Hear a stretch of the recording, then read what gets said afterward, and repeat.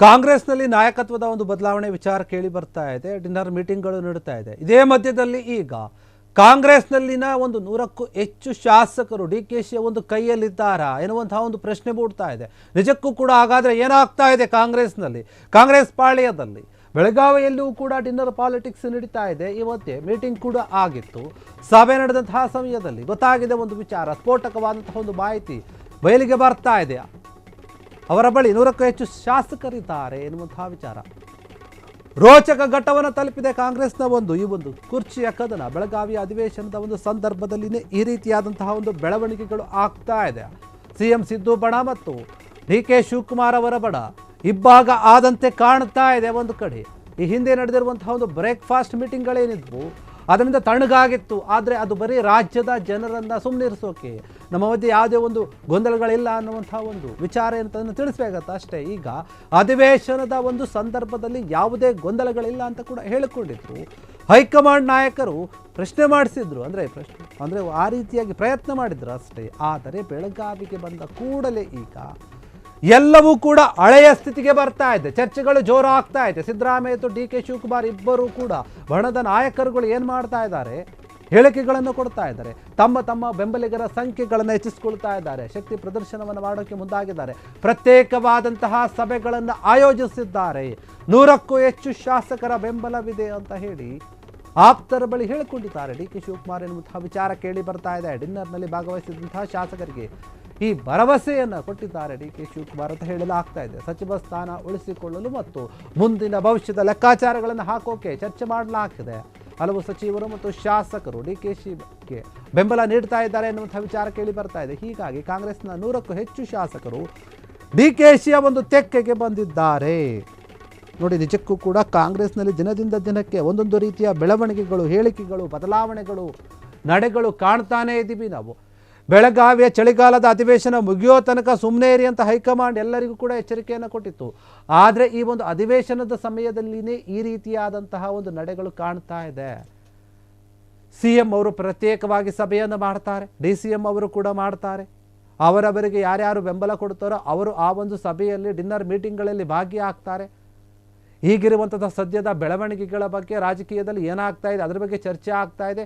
ಮುಖ್ಯವಾಗಿ ನಾಯಕತ್ವದ ಬದಲಾವಣೆಯ ವಿಚಾರವಾಗಿ ಚರ್ಚೆ ಆಗ್ತಾ ಇದೆ ಅನ್ನಲಾಗ್ತಾ ಇದೆ. ಹೀಗಾಗಿ ಇದಕ್ಕೆ ಸಂಬಂಧಪಟ್ಟ ಹಾಗೆ ಡಿ ಕೆ ಶಿವಕುಮಾರ್ ಅವರ ಬಳಿ 100ಕ್ಕೂ ಹೆಚ್ಚು ಶಾಸಕರ ಒಂದು ಬೆಂಬಲ ಇದೆ, ಅವ್ರ ಕಡೆ ಇದ್ದಾರೆ, ಅವರ ಮಾತನ್ನು ಕೇಳೋಕೆ ರೆಡಿ ಇದ್ದಾರೆ ಅನ್ನುವಂತಹ ರೀತಿಯಲ್ಲಿ ವಿಚಾರಗಳು ಕೇಳಿ ಬರ್ತಾ ಇವೆ, ಸುದ್ದಿಗಳು ಹರಿದಾಡ್ತಾ ಇದೆ. ಹಾಗಾದರೆ ಹೈಕಮಾಂಡ್ ನಾಯಕರು ಹೇಳಿದ್ರು, ನೋಡಿ ಈ ಇಬ್ಬರು ಡಿನ್ನರ್ ಮೀಟಿಂಗ್ ಅದೇ ಬ್ರೇಕ್ಫಾಸ್ಟ್ ಮೀಟಿಂಗನ್ನು ಮಾಡಿಬಿಟ್ಟು ನಮ್ಮ ಮಧ್ಯೆ ಯಾವುದೇ ಗೊಂದಲ ಇಲ್ಲ ಅಂತ ಹೇಳಿ ರಾಜ್ಯದ ಜನತೆಯ ಮುಂದೆ ಹೇಳಿಬಿಟ್ಟಿದ್ರು ಬಹಿರಂಗವಾಗಿ. ಆದರೆ ಅದು ಜನರನ್ನು ಸುಮ್ಮನಿರಿಸೋಕ್ಕಷ್ಟೇ, ಜನರಲ್ಲಿರುವಂಥ ಒಂದು ಚಿಂತನೆಯನ್ನು ಹೊರಗಾಕೋಕ್ಕಷ್ಟೇ ಆಗಿತ್ತು. ಆ ಒಂದು ಪ್ರಯತ್ನವನ್ನು ಮಾತ್ರ ಮಾಡಿದರು. ಆದರೆ ಒಳಗೊಳಗೆ ಈ ವಿಚಾರ ಇನ್ನೂ ಕೂಡ ಚರ್ಚೆಯಲ್ಲಿತ್ತು. ಕೆಲ ನಾಯಕರು ಬಹಿರಂಗವಾಗಿ ಹೇಳಿಕೆಯನ್ನು ಕೊಡ್ತಿದ್ರು, ಅವರನ್ನು ಸುಮ್ಮನಿರಿಸುವಂಥ ಒಂದು ಪ್ರಯತ್ನವನ್ನು ಮಾಡಿದರು. ಆದರೆ ಸುಮ್ಮನೆ ಆದಂತಹ ವಿಚಾರ ಚರ್ಚೆಗೆ ಗ್ರಾಸ ಆಗೋಕ್ಕೆ ಕಾರಣವಾಗಿದ್ದೇ ಮುಖ್ಯಮಂತ್ರಿಯವರ ಪುತ್ರ ಯತೀಂದ್ರ ಅವರು ಕೊಟ್ಟಂತಹ ಒಂದೇ ಒಂದು ಹೇಳಿಕೆಯಿಂದ ಈಗ ಮತ್ತೆ ಚರ್ಚೆ ಹಳೆಯ ರೀತಿಯಲ್ಲಿ ಯಾವ ರೀತಿಯಾಗಿತ್ತೋ ಅದೇ ರೀತಿಗೆ ಬಂದ್ಬಿಟ್ಟಿದೆ. ಮತ್ತೆ ಚರ್ಚೆ ಆಗ್ತಾ ಇದೆ, ಮತ್ತೆ ಮೀಟಿಂಗ್ಗಳಾಗ್ತಾ ಇದ್ದಾವೆ, ಮತ್ತೆ ಹೇಳಿಕೆಗಳನ್ನು ಕೊಡ್ತಾ ಇದ್ದಾರೆ. ಈಗ ಬಹುದೊಡ್ಡ ಸುದ್ದಿ ಬರ್ತಾ ಇರುವಂಥದ್ದು ಏನಂತಂದರೆ, ಡಿ ಕೆ ಶಿವಕುಮಾರ್ ಹತ್ರ 100ಕ್ಕೂ ಹೆಚ್ಚು ಶಾಸಕರು ಬೆಂಬಲಿಗರು ಇದ್ದಾರೆ. ಅವರು ತಮ್ಮ ಒಪ್ಪಿಗೆಯನ್ನು ಸೂಚಿಸ್ತಾ ಇದ್ದಾರೆ, ಅವರ ಕೈಯಲ್ಲಿದ್ದಾರೆ ಎನ್ನುವಂತಹ ವಿಚಾರ. ನಿಜಕ್ಕೂ ಕೂಡ ಹಾಗಾದರೆ ಇದ್ದಾರಾ ಎನ್ನುವಂತಹ ಪ್ರಶ್ನೆ ಮೂಡ್ತಾ ಇದೆ. ಇದ್ರೆ ಯಾರ್ಯಾರಿರಬಹುದು, ಯಾರ್ಯಾರು ಬೆಂಬಲವನ್ನು ಸೂಚಿಸಬಹುದು. ಮುಂದಿನ ದಿನಗಳಲ್ಲಿ ನಾಯಕತ್ವದ ಬದಲಾವಣೆಯ ವಿಚಾರ ಬಂದಾಗ ಶಾಸಕರ ಬೆಂಬಲ ಮುಖ್ಯ ಆಗಿರುತ್ತೆ. ಹೀಗಾಗಿ ಅದಕ್ಕೋಸ್ಕರ ಈಗಿಂದ ಪ್ಲಾನ್ ಮಾಡ್ತಾ ಇದ್ದಾರೆ ಡಿ ಕೆ ಶಿವಕುಮಾರ್ ಅವರು. ಈ ಹಿಂದೆ ಸಿಎಂ ಸಿದ್ದರಾಮಯ್ಯ ಅವರು ಕೂಡ ಹೇಳಿದರು, ಹೈಕಮಾಂಡ್ ವರಿಷ್ಠರ ಒಂದು ತೀರ್ಮಾನಕ್ಕಿಂತ ಮುಖ್ಯವಾಗಿರುವಂಥದ್ದು ಶಾಸಕರ ಬೆಂಬಲ. ಅವರು ಯಾರು ಬೆಂಬಲ ಸೂಚಿಸ್ತಾರೋ ಅವರೇ ಸಿಎಂ ಆಗ್ತಾರೆ ಅಂತ ಹೇಳಿಬಿಟ್ಟಿದ್ರು ಒಂದು ಹೇಳಿಕೆ.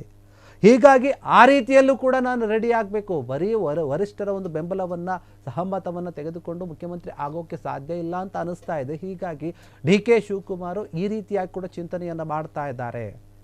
ನಾವು ಎಷ್ಟು ಸಾಧ್ಯ ಆಗುತ್ತೋ ಅಷ್ಟು ಶಾಸಕರನ್ನು ನಮ್ಮ ಬಳಿ ಇಟ್ಕೋಬೇಕು, ಅವರು ನಮಗೆ ಬೆಂಬಲ ಸೂಚಿಸಬೇಕು, ಆ ರೀತಿಯಾಗಿ ಇಟ್ಕೊಳ್ಬೇಕು, ಶಕ್ತಿ ಪ್ರದರ್ಶನವನ್ನು ಮಾಡಬೇಕು. ನಾಯಕತ್ವದ ಬದಲಾವಣೆಯ ವಿಚಾರ ಅಂತ ಬಂದಾಗ ನಮ್ಮ ಬಳಿ ನೋಡಿ ಇಷ್ಟು ಜನ ಇದ್ದಾರೆ ಅಂತ ನಾವು ಹೈಕಮಾಂಡ್ ಹೇಳಿದಾಗ ಅವರೇ ಕೊಡ್ತಾರೆ. ಆ ರೀತಿಯಾಗಿ ಯೋಚನೆ ಮಾಡೋ ಥರ ಕಾಣ್ತಾ ಇದೆ. ಹೀಗಾಗಿ ಇದೇ ವಿಚಾರಕ್ಕೆ ಸಂಬಂಧಪಟ್ಟಂತೆ 100ಕ್ಕೂ ಹೆಚ್ಚು ಶಾಸಕರು DK ಶಿವಕುಮಾರ್ ಅವರ ಒಂದು ತೆಕ್ಕೆಯಲ್ಲಿದ್ದಾರೆ ಎನ್ನುವಂತಹ ವಿಚಾರ ಕೇಳಿ ಬರ್ತಾ ಇದೆ. ಇದು ಬೆಳಗಾವಿಯ ಅಧಿವೇಶನದ ಸಂದರ್ಭದಲ್ಲಿನೇ ಈ ರೀತಿಯಾದಂತಹ ಚರ್ಚೆಗಳು, ಗೊಂದಲಗಳು ಸಾಕಷ್ಟು ಹೆಚ್ಚಾಗ್ತಾ ಇವೆ. ಅಧಿವೇಶನದಲ್ಲಿ ಚರ್ಚೆ ಆಗಬೇಕಾದಂತಹ ವಿಚಾರಗಳು ಬಿಟ್ಟು ಈಗ ರಾಜಕೀಯವಾಗಿ ಮತ್ತೆ CM ಕುರ್ಚಿಯ ಒಂದು ವಿಚಾರವಾಗಿ ಚರ್ಚೆ ಆಗ್ತಾ ಇದೆ. ಇದರ ಜೊತೆಗೆ ಇರುವಂತಹ ವಿಚಾರಗಳೆಂದು ಸಚಿವ ಸಂಪುಟದ ಪುನರ್ರಚನೆ ವಿಚಾರ ಕೂಡ ಇದೆ.